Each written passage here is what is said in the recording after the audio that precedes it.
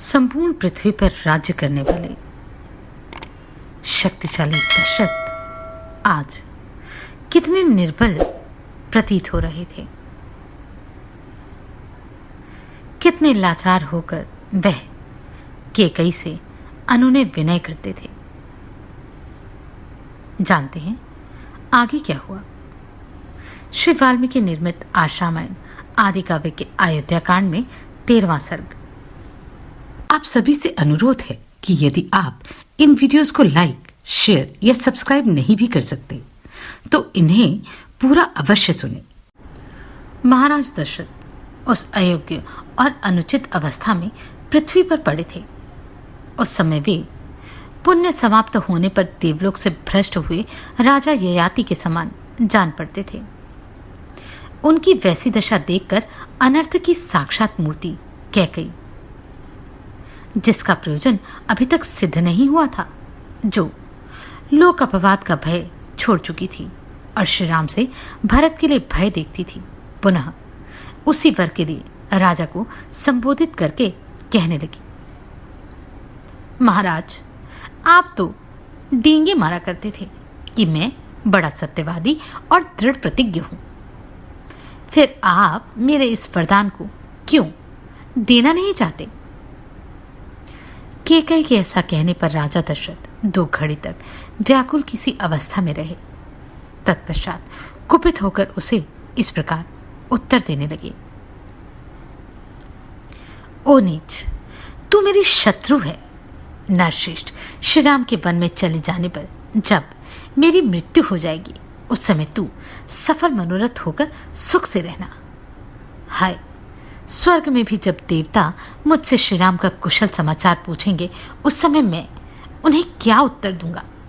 यदि कहूं उन्हें वन में भेज दिया तो उसके बाद वे लोग जो मेरे प्रति धिक्कारपूर्ण बात कहेंगे उसे कैसे सह सकूंगा? इसके लिए मुझे बड़ा खेद है। कैकेयी का प्रिय करने की इच्छा से उसके मांगे हुए वरदान के अनुसार मैंने श्री राम को वन में भेज दिया। यदि ऐसा कहूं और इसे सत्य बताऊं तो मेरी वह पहली बात असत्य हो जाएगी जिसके द्वारा मैंने राम को राज्य देने का आश्वासन दिया है। मैं पहले पुत्रहीन था, फिर महान परिश्रम करके मैंने जिन महातेजस्वी महापुरुष श्री राम को पुत्र रूप में प्राप्त किया है उनका मेरे द्वारा त्याग कैसे किया जा सकता है? जो शूरवीर, विद्वान, क्रोध को जीतने वाले और क्षमापरायण हैं, उन कमल नयन श्री राम को मैं देश निकाला कैसे दे सकता हूं? जिनकी अंगकाती नील कमल के समान श्याम है, भुजाएं विशाल और मल महान है, उन नयनाभिराम श्री राम को मैं दंडक वन में कैसे भेज सकूंगा? जो सदा सुख भोगने के ही योग्य हैं, कदापि दुख उठाने के योग्य नहीं हैं, उन बुद्धिमान श्री राम को दुख उठाते मैं कैसे देख सकता हूं? जो दुख भोगने के योग्य नहीं, उन श्री राम को यह वनवास का दुख दिए बिना ही यदि मैं इस संसार से विदा हो जाता तो मुझे बड़ा सुख मिलता। ओ पाप पूर्ण विचार रखने वाली पाषाण हृदय कैकेयी, सत्य पराक्रमी श्री राम मुझे बहुत प्रिय हैं। तू मुझसे उनका विछोह क्यों करा रही है? अरे, ऐसा करने से निश्चय ही संसार में तेरी वह अपकीर्ति फैलेगी जिसकी कहीं तुलना नहीं होगी। इस प्रकार विलाप करते करते राजा दशरथ का चित्त अत्यंत व्याकुल हो उठा। इतने में ही सूर्यदेव अस्ताचल को चले गए और प्रदोष काल आ पहुंचा।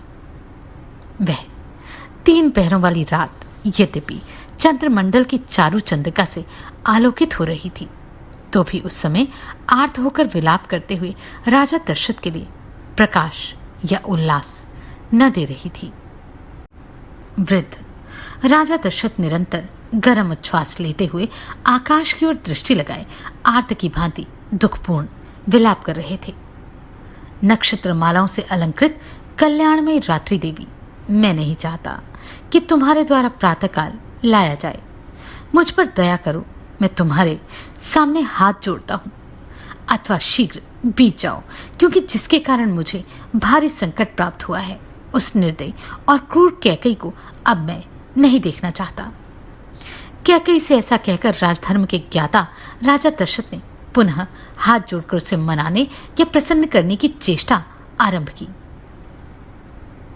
कल्याणमयी देवी, जो सदाचारी दीन तेरे आश्रित गतायु अर्थात मरणासन और विशेषतः राजा हैं, ऐसे मुझ दशरथ पर कृपा कर। सुंदर कटी प्रदेश वाली कैकेयी नंदिनी, मैंने जो यह श्री राम को राज्य देने की बात कही है वह किसी सूने घर में नहीं, भरी सभा में घोषित की है। अतः बाले, तू बड़ी सुहृदय, इसलिए मुझ पर भली भांति कृपा कर, जिससे सभासदों द्वारा मेरा उपहास न हो। देवी, प्रसन्न हो जा। कचरारे नेत्र प्रांत वाली प्रिय, मेरे श्री राम तेरे ही दिए हुए इस अक्षय राज्य को प्राप्त करें, इससे तुझे उत्तम यश की प्राप्ति होगी। पृथुल नितंब वाली देवी, सुमुखी, सुलोचने, यह प्रस्ताव मुझको, श्री राम को, समस्त प्रजावर्ग को, गुरुजनों को तथा भरत को भी प्रिय होगा। अतः इसे पूर्ण कर। राजा के हृदय का भाव अत्यंत शुद्ध था। उनके आंसू भरे नेत्र लाल हो गए थे और वे दीन भाव से विचित्र करुणाजनक विलाप कर रहे थे।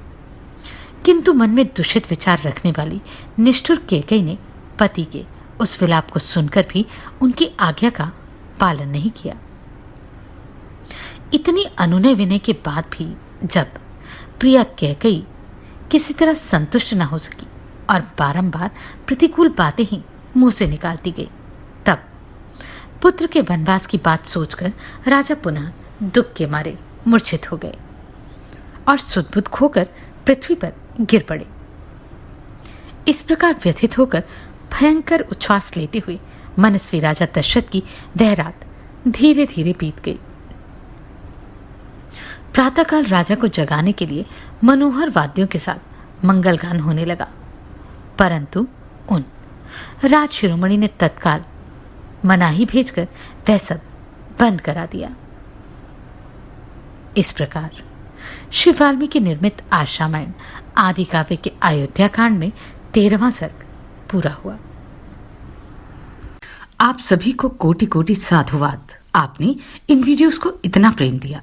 नमस्कार, मैं आभा शर्मा जावास। यदि आपको मेरा ये प्रयत्न सराहनीय लगा हो तो मुझे सब्सक्राइब करके प्रोत्साहित करें